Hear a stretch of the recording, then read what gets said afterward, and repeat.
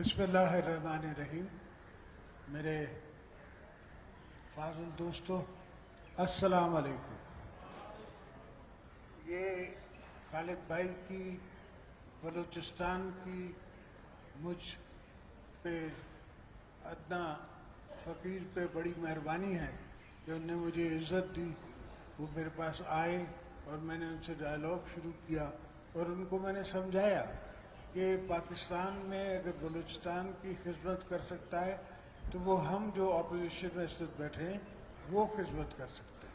اور وہ آپ کی قدر بھی جانتے ہیں، آپ کی دھرتی کی قدر بھی جانتے ہیں اور سمجھتے ہیں کہ بلوچستان ہے تو پاکستان ہے، اگر بلوچستان نہیں ہے تو پاکستان بھی نہیں ہے. تو اس لیے ہم اس مقام پہ بلوچستان کی مجبوریوں کو اور ان کے دکھوں کو اس مقام پہ جا کے ہم ٹھنڈا کرنا چاہتے ہیں تاکہ ایک دفعہ دوبارہ جہاں سے سلسلہ ختم ہوا تھا وہاں سے شروع ہو جائے. اور دوستو، جیسے آپ کو پتہ ہے کہ آج کل نو کانفیڈنس کا موسم ہے اور انشاءاللہ بڑی جلدی ہم شہباز شریف صاحب کو پرائم منسٹر بنائیں گے اور بلوچستان سے بھی منسٹرز لیں گے جو کہ آپ کی خدمت کریں گے. Thank you. جی بٹو. جی مولانا صاحب آپ بات کر رہے ہیں. اب میں جناب مولانا فضل الرحمان صاحب گزارش کروں گا کہ لے لیں.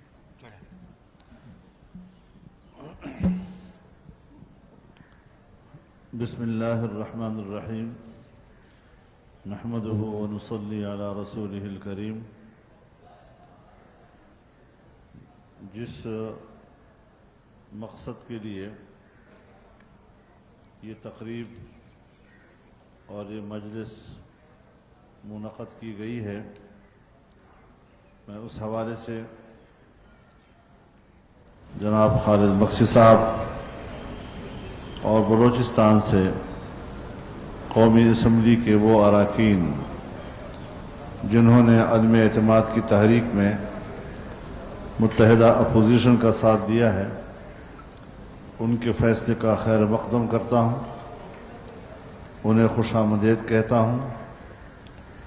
جہاں تک بلوچستان کا مسئلہ ہے، اس حوالے سے جن نیک خواہشات کا اظہار جناب میاں شہباز شریف صاحب نے اور جناب آصف علی زرداری صاحب نے کیا، میں اس پر اتنا اضافہ کرنا چاہتا ہوں کہ جمعیت علماء اسلام کا پارلیمانی بیس یا خیبر پختونخوا صوبہ ہے یا بلوچستان ہے، اور جہاں خود بلوچستان کے براہ راست نمائندگان بلوچستان کی ترقی کے لیے فکر مند ہیں، ہم اس حوالے سے خود بلوچستان کی ترقی کے لیے مدعی ہیں، ان کے شانہ بشانہ ہیں، اور انشاءاللہ بلوچستان کی ترقی، بلوچستان کے وسائل پر بلوچستان کے عوام کا حق، اس کے لیے ہمیں قدم بقدم اپنے ساتھ پائیں گے اور انشاءاللہ اس مقصد کو ہم حاصل کر کے رہیں گے. اللہ تعالی ہمارا حامی و ناصر ہو اور اللہ تعالی ان کے اس فیصلے کو قبول فرمائے اور اس پاکستان کی بہتری کا سبب بنائے. بہت شکریہ. جی خالد بخشی صاحب. بسم اللہ الرحمن الرحیم. آج بڑا اہم دن ہے ہمارے لیے، اور یہ ایک بڑے سارا جو مرحلہ ہے ایک بڑی مشاورت کے ساتھ اپنے ساتھیوں کے ساتھ، ہمارے جو ممبران تھے ہمارے پارٹی کے، اسرار کریم صاحب، ریکی صاحب، روبینہ عرفان صاحبہ، اور اس کے بعد ہم اس نتیجے پہ پہنچے کہ ہمارے لیے جو اس وقت یہ موقع ہے اور ایک متحدہ اپوزیشن پچھلے تجربات کے بعد ایک نئے ارادے کے ساتھ آئی ہے، تو اس لیے ہم نے ان کی دعوت کو قبول کیا اور ہم چاہتے تھے کہ اب ایک نئے انداز میں اس ملک کو سنبھالا جائے. بلوچستان خصوصاً 72 سال سے محرومی کا شکار ہے. ہم چاہتے ہیں کہ اس کو پورے طریقے سے اس دفعہ توجہ دی جائے اور اس کے معاملات کو حل کیے جائیں, مطلب لٹکا کے نہ رہیں. اور اسی بنیاد پہ ہم نے سوچا کہ ہم یہ ایک قدم اٹھاتے ہیں, کیونکہ پہلے بھی ہم ٹیسٹ ہوئے ہیں, 3.5 سال ہم نے گزارے, ان کی گلا یا شکوا کا ٹائم مناسب نہیں ہے, مگر ہم نے ایک فیصلہ کر لیا ہے انشاءاللہ, اور اللہ مالک ہے, ایک اچھی نیت سے کیا ہے, ہمارا اللہ مدد بھی کرے گا, ہمارا حامی و ناصر بھی ہے. شکریہ جی. ایک منٹ مینگل صاحب. میں مینگل صاحب سے کہوں گا کہ مینگل صاحب.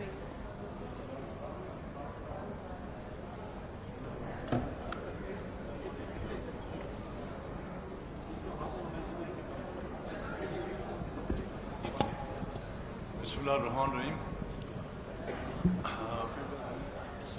بلوچستان عوامی پارٹی کے پارلیمانی لیڈر جناب طارق مقصد صاحب اور خالد مقصد صاحب, اور ان کے ساتھ جو آواز نہیں آ رہی,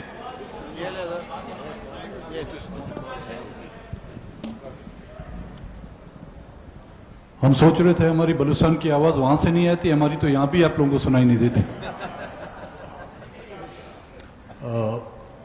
میں اپنی طرف سے اور اپنی پارٹی کی طرف سے بلوچستان عوامی پارٹی کے پارلیمانی لیڈر جناب خالد مقصد صاحب کو اور ان کے جو نیشنل اسمبلی کے جو ممبران ہیں جنہوں نے آج اس اہم موقع پر اپوزیشن کا ساتھ دینے کا فیصلہ کیا ہے, میں ان کو اپوزیشن کے اس کیمپ میں آنے پر مبارکباد پیش کرتا ہوں, کیونکہ موجودہ جو حکومت ہے اس میں بلوچستان کے ایشو کو ہم نے پہلے ہی دن ہائی لائٹ کیا تھا, اور وہ آپ سے ڈکی چھپی بات نہیں ہے کہ جس انداز میں ہمیں نظر انداز کیا گیا وہ بلوچستان کے مسائل پر توجہ دینے کے بجائے ہمارا جو ہے مذاق اڑایا گیا. میرے خیال میں آج بلوچستان عوامی پارٹی کے ممبران نے جس انداز میں آج اس بلوچستان کے ایشو کو سامنے رکھتے ہوئے اپوزیشن کی کیمپ میں شرکت کی ہے, اور میں سمجھتا ہوں اب اپوزیشن نے جس مقصد کے لیے ووٹ آف نو کانفیڈنس کا ارادہ کیا تھا, دن بدن ہمیں اس مرحلے پر پہنچنے میں جو ہے ہمیں کامیابی نصیب ہو رہی ہے. اور انشاءاللہ تعالیٰ اب جس طرح میں نے آج صبح بھی کہا تھا کہ تمام وہ ہتھ کنڈے استعمال کیے گئے کہ ووٹ آف نو کانفیڈنس کو جو ہے ڈیلے کیا جائے, لیکن جتنا بھی ڈیلے کیا جائے اس میں جو ہے آپ نے خود محسوس کیا ہوگا کہ اپوزیشن کی تعداد کم ہو رہی ہے اور حکومت کی تعداد میں جو ہے وہ مائنس کی طرف جا رہی ہے. میں ایک بار پھر ان کو اپنی طرف سے اور اپنی پارٹی کی طرف سے ویلکم کروں. اعزاز صاحب جی.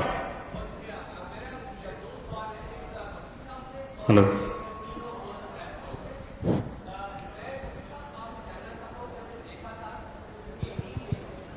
ہلو.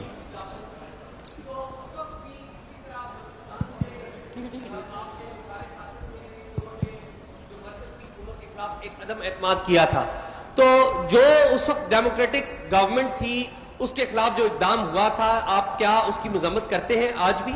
اور دوسرا, 3 معزز رہنما جو ایک سوال میں کوئکلی شہباز صاحب اور آصف زرداری صاحب اور جناب مولانا صاحب, انڈاؤٹڈلی آپ نے موجودہ جو ہائبرڈ سسٹم ہے اس کو ہلایا ہے جس کو عمران خان صاحب لیڈ کر رہے تھے.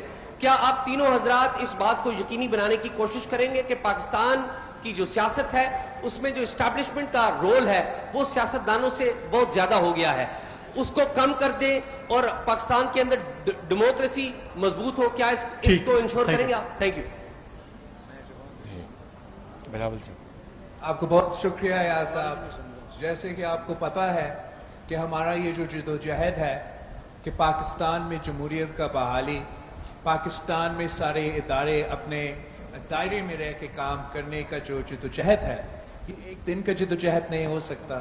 ہم تو 3 نسلوں سے یہ جدوجہد لڑ رہے ہیں, آگے بھی لڑتے رہیں گے. جو آج قدم اٹھایا گیا ہے یونائٹڈ اپوزیشن سے, یہ ہم نے جمہوریت کے بحالی کے لیے کیا ہے, اور جو پاکستان کی تاریخ ہے, جو پاکستان کا ماضی ہے, کبھی اس جمہوری انداز میں کسی رجیم کو چیلنج نہیں کیا گیا, اور ہم نے کوئی وہ آپشن نہیں اپنایا جو غیر جمہوری ہو. ہم عدم اعتماد میں یقین رکھتے ہیں, ہم جمہوریت میں یقین رکھتے ہیں, اور ہم سلام پیش کرتے ہیں